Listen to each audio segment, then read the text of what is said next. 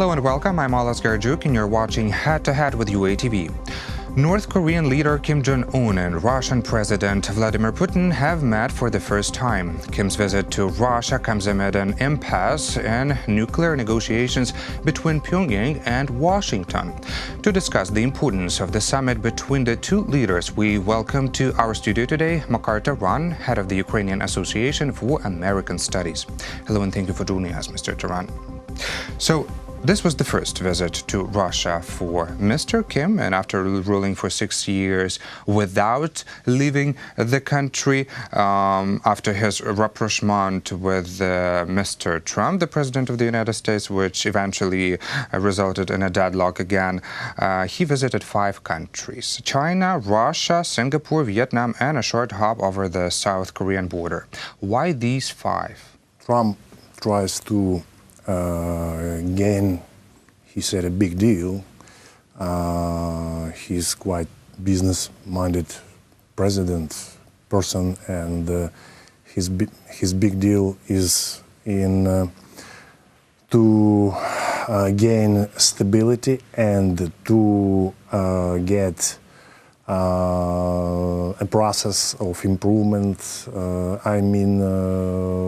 denuclearization of the North Korea, dismantlement of North Korean nuke facilities, and that is Trump considers that he was able to get this big deal. And Trump visiting these 5 countries, sure, he stressed by his visit that Trump or Kim Jong-un? Because we're speaking about Kim Jong-un. Kim Jong-un. Okay.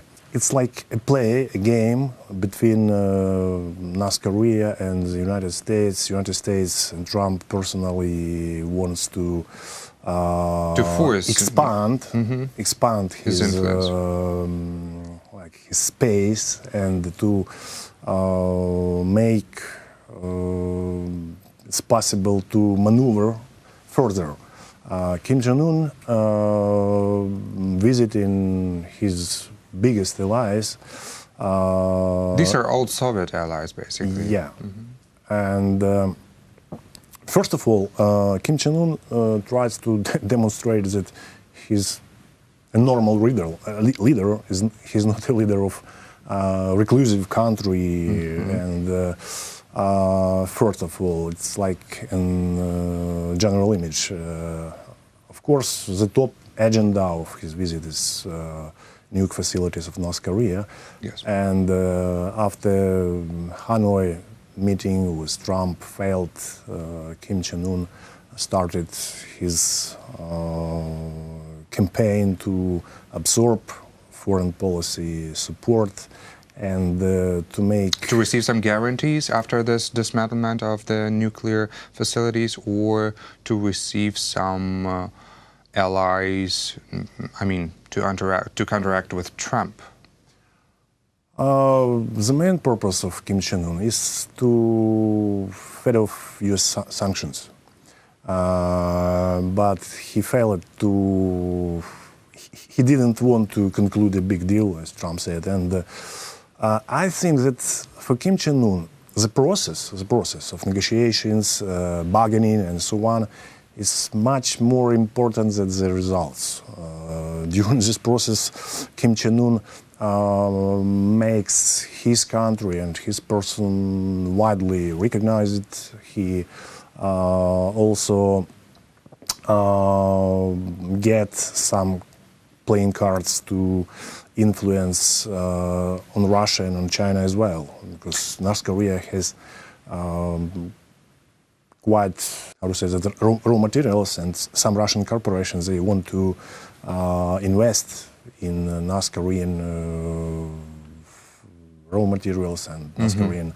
So you think that this kind of policy is more about creating an image of North Korea rather than achieving some big results, for example, this eliminating of sanctions? There are 2 dimensions. First dimension is to make a kind of political net of communication with China and Russia. And the second dimension is to build a kind of system of economic relations that North Korea is really strongly needs investments, but the investment from Russia and from China, they are not politically risky like the investments from South Korea. Mm-hmm. But why, after 6 years of him and being in power, why do we have this change from a recluse dictator to the one who is actually taking part in the dialogue? Kim Jong-un, I would stress on the gesturing.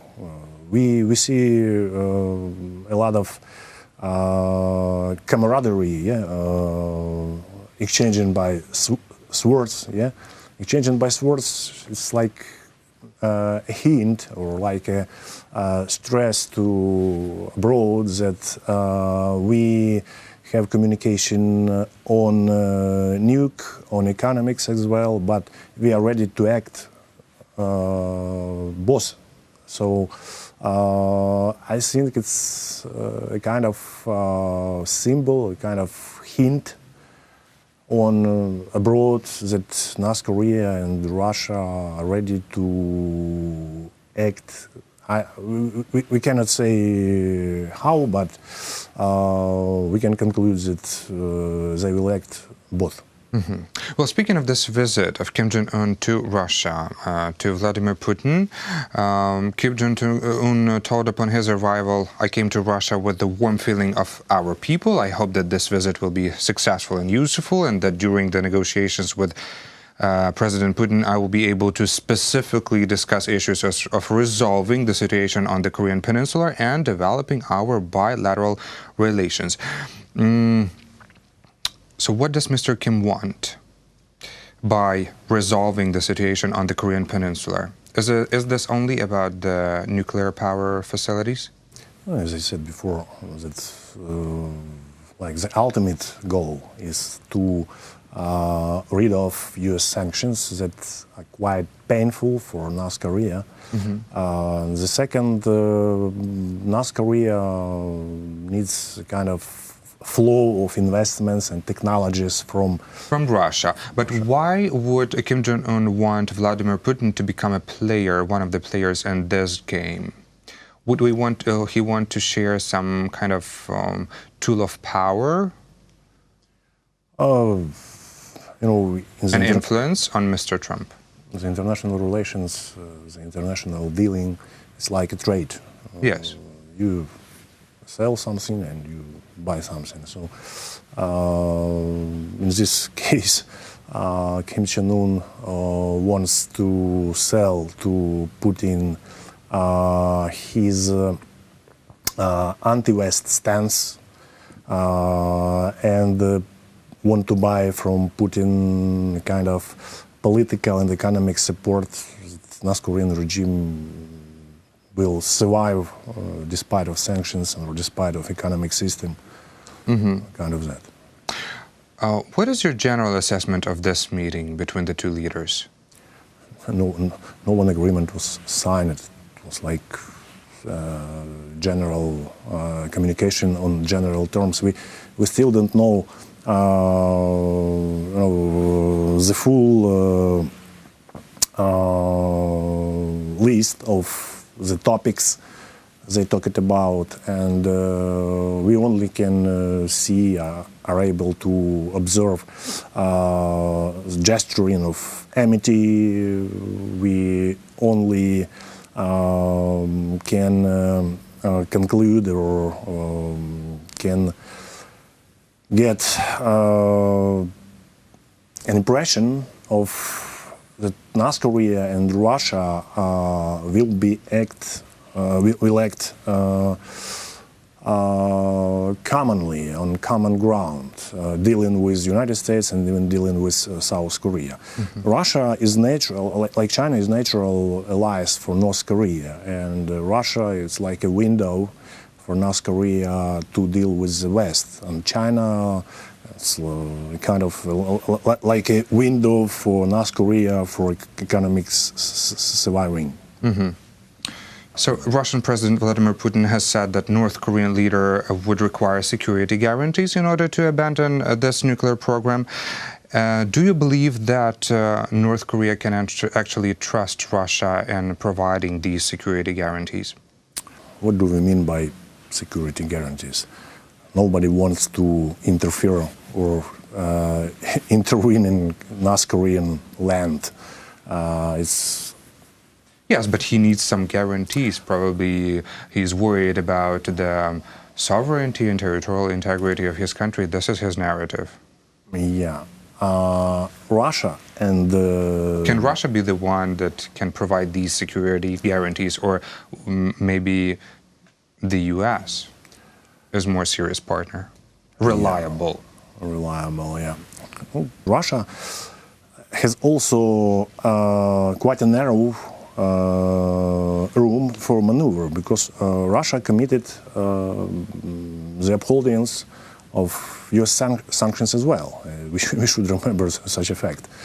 And Russia, from one side, it tries to have a normal and to keep a dialogue with the United States. Another side, Russia support North Korea economically. Russia is a member of United Nations food supply program for North Korea,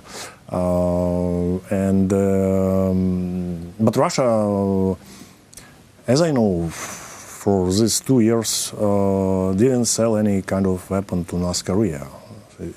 It's a very topical issue, and this can be a sign, yes?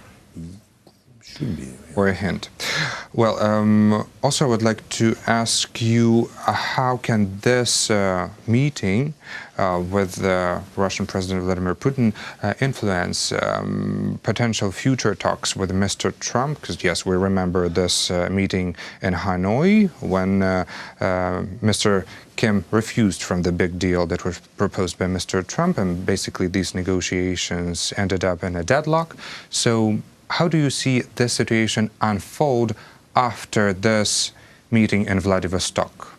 Even we don't know the topics they discussed, but still, this can be kind of a provocation for Mr. Trump to react onto this kind of act.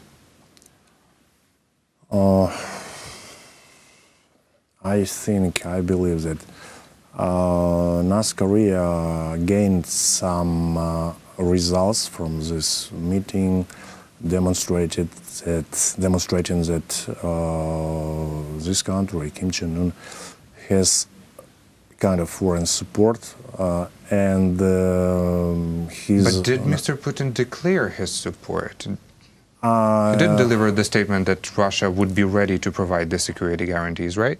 You know, in diplomacy, the diplomats, they are talking using hidden words. So, of course, there are side talks, and they matter usually more than. And I than also the official ones. Remind of exchanging by the swords, and it was demonstrated widely. So still, this is a sign of Russia's support to North Korea, and this should signal something to Mr. Trump. We don't know the way of support, but kind of support, yeah. Well, thank you so much for this conclusion. Thank you for being a guest today in our studio. That was Makar Taran, head of the Ukrainian Association for American Studies. Thank you for watching Head to Head, and stay tuned for more with UA TV.